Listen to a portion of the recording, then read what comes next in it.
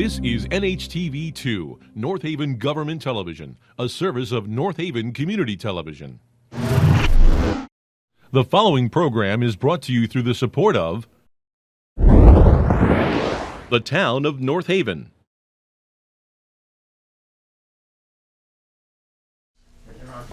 Hi, good evening to the January 24th, 2023 meeting of the North Haven Police Commission.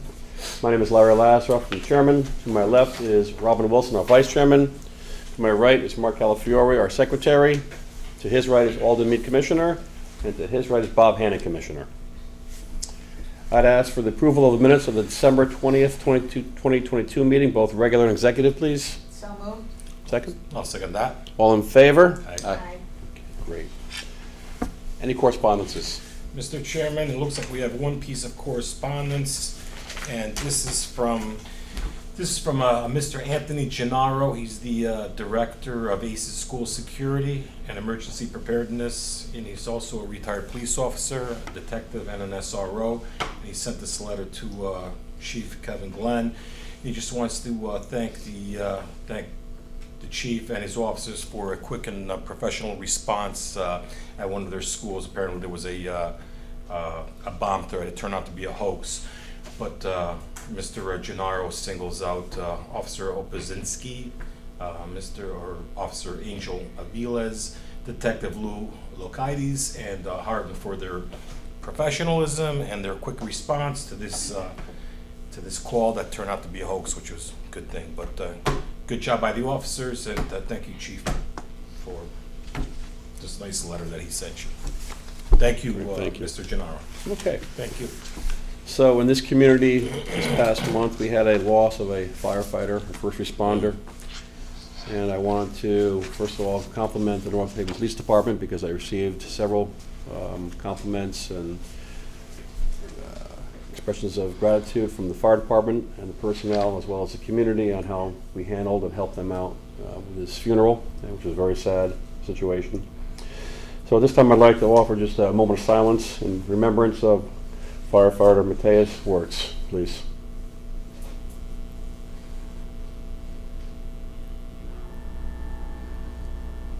Thank you. The basic reminder that please lock your cars, your homes, your sheds, that we always ask you to do. We can help this out, the situation, by helping ourselves. We have a graduation coming up this week for one of our new candidates, patrolman, and I'm sure the chief will explain that as well. And that's all I have today, Chief. So the Chief's report. Thank you. I think this is going to be a quick meeting tonight. So I'll start off as usual with the budget. Currently, after period 6, which is through the end of December, we expended 49.8% of our allocated funding. So overall, we're in good shape and we're on track. As I've been talking about the last few months, we are taking a look at our overtime, which is trending very high at this point.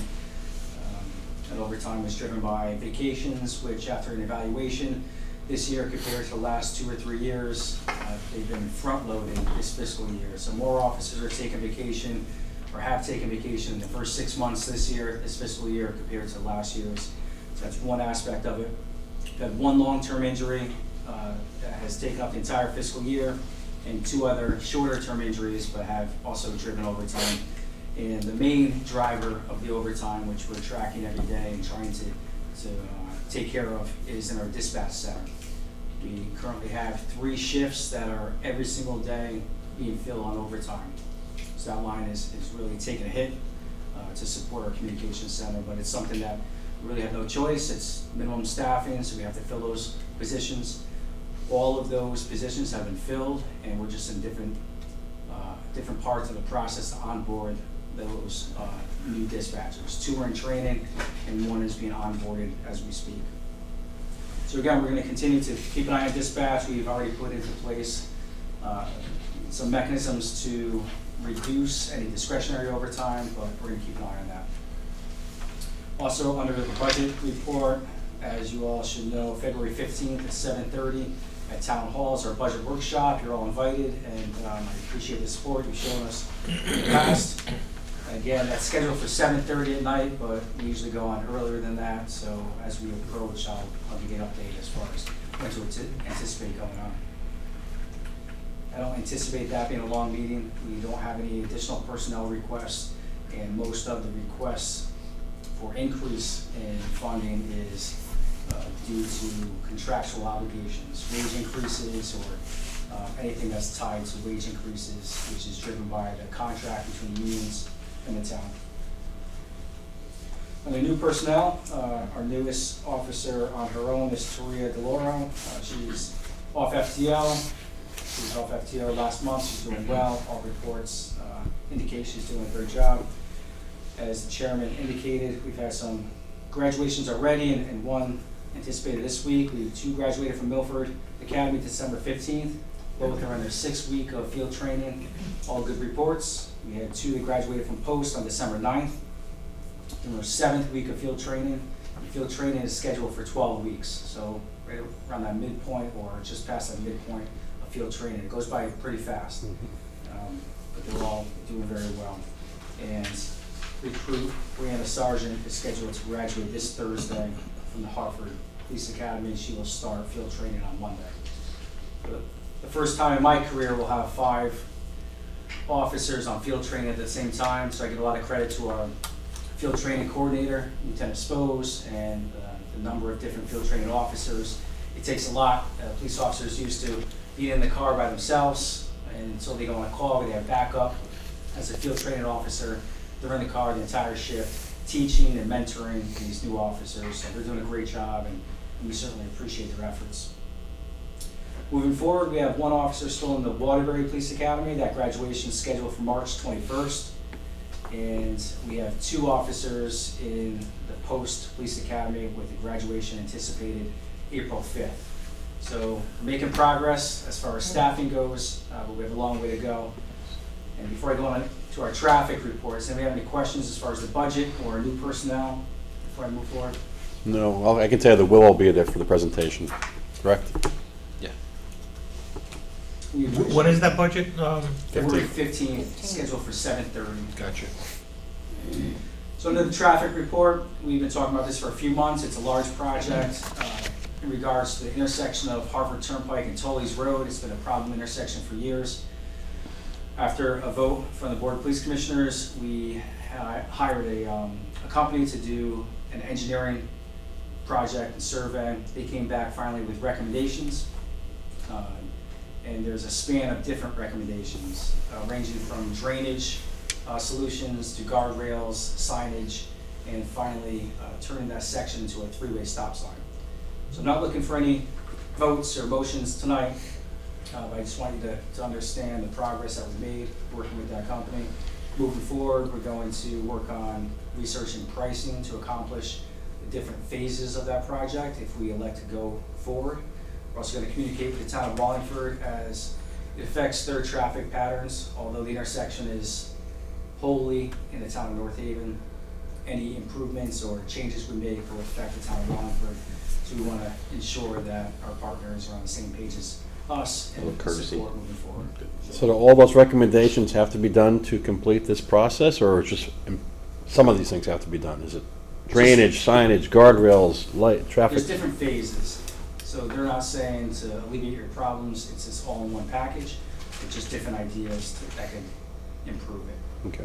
But again, the town of Wallingford has a project on Tully's Road in their town as they approach that intersection. So some of the projects that they're accomplishing may alleviate some of the drainage issues, maybe some of the guardrail issues. So we're going to work hand in hand with them to move forward.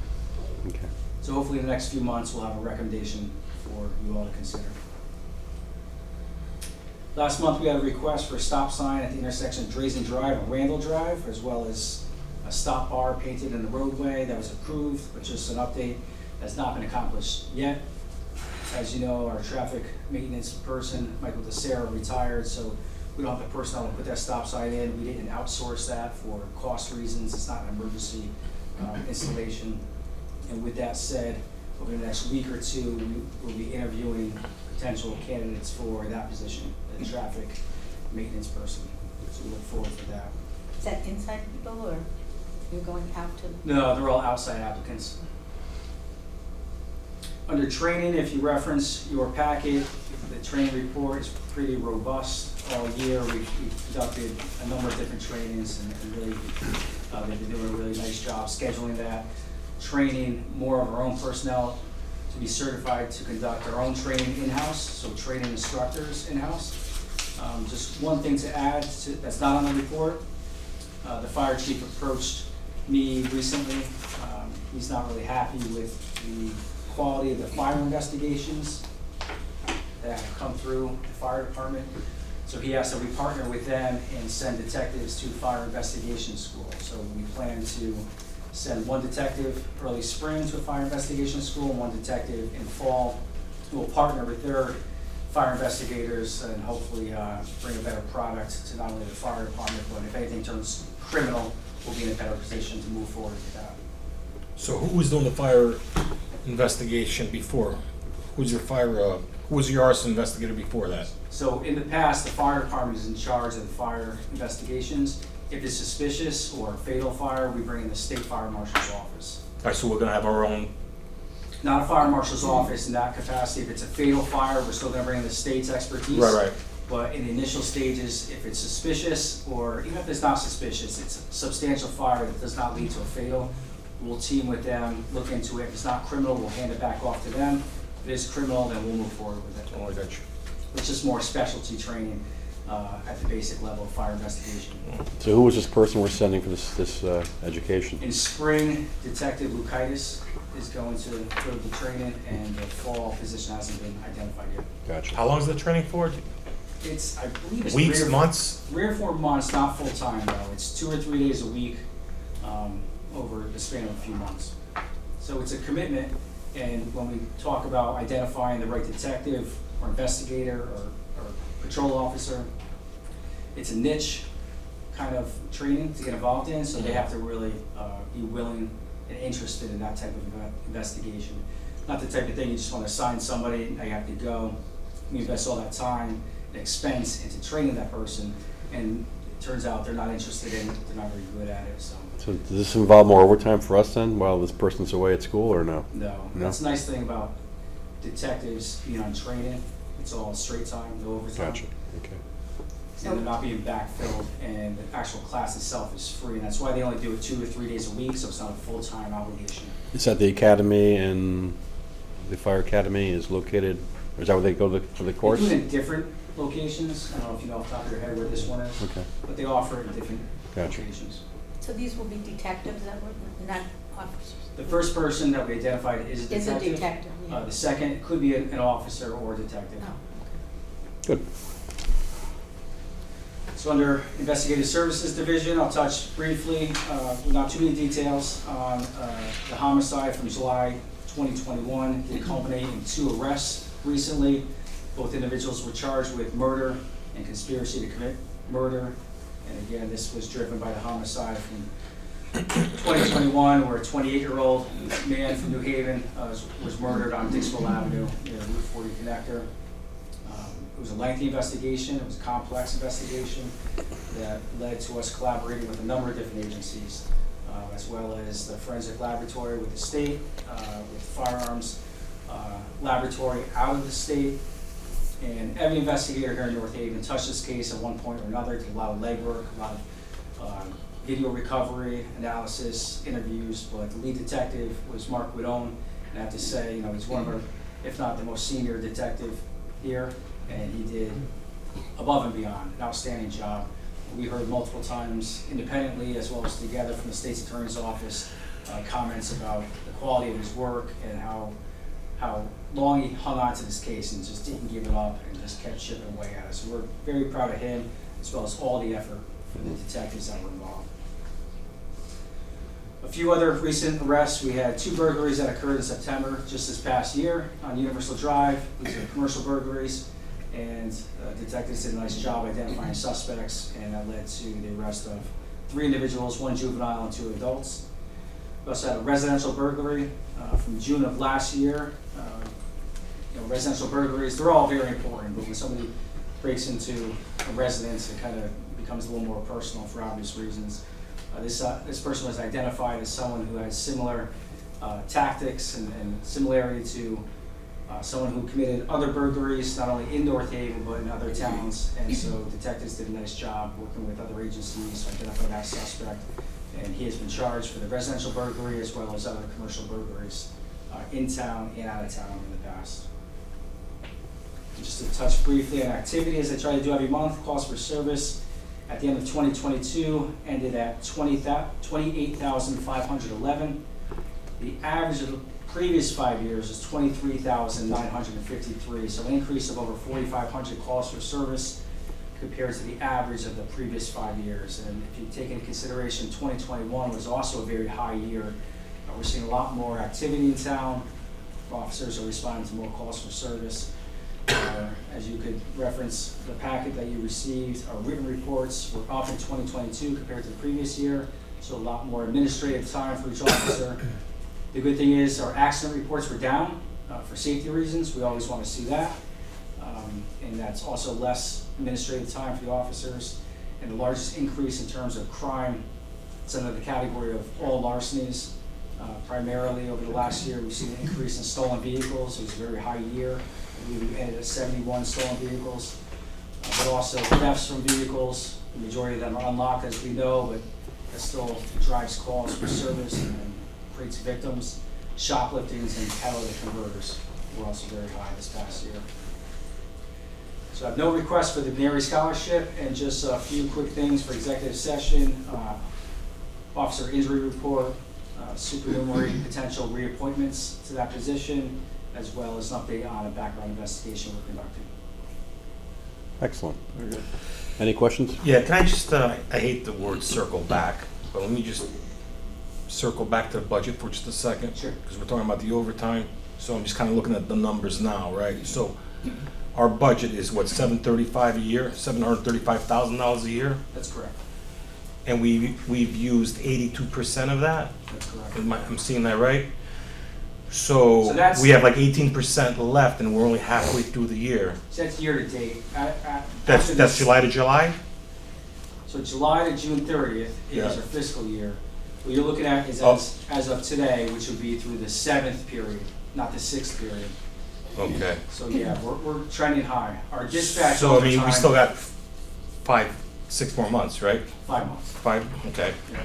So do you think we'll be at that 735 mark? Because that's, I mean, if you do the math, and I'm not great at that, but it's, we might be doubling 735.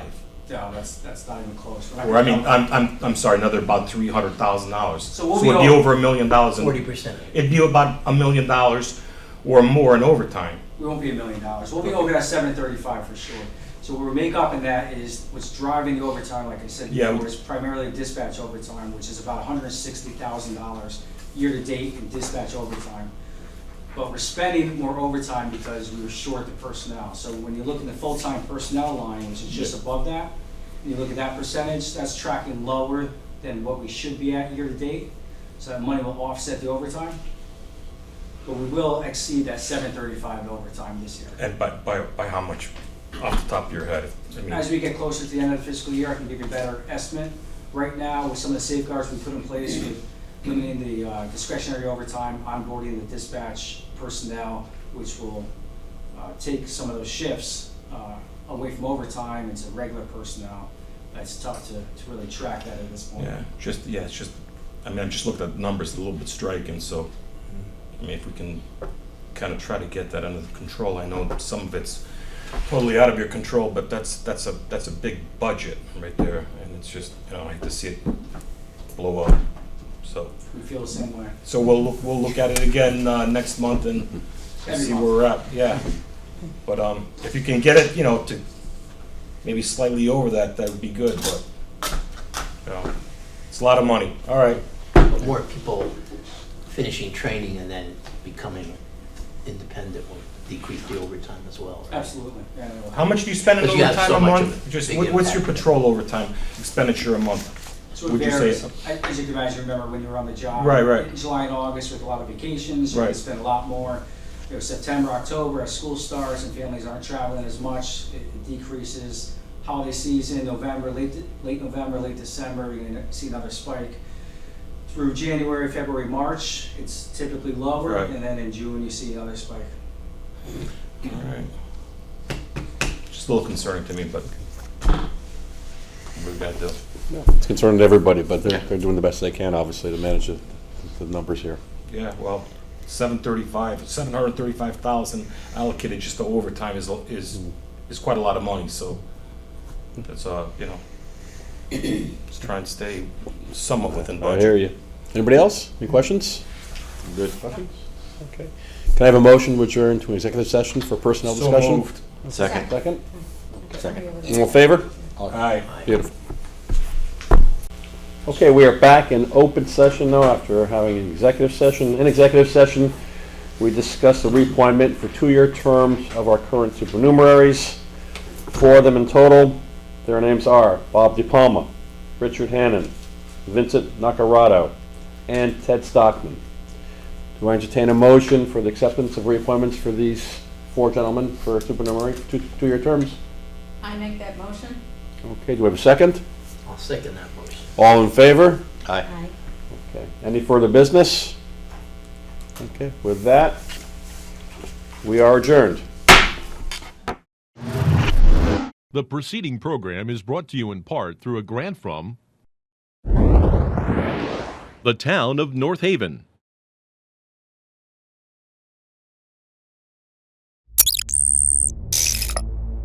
Watch town meetings or other videos on demand at nhtv.com.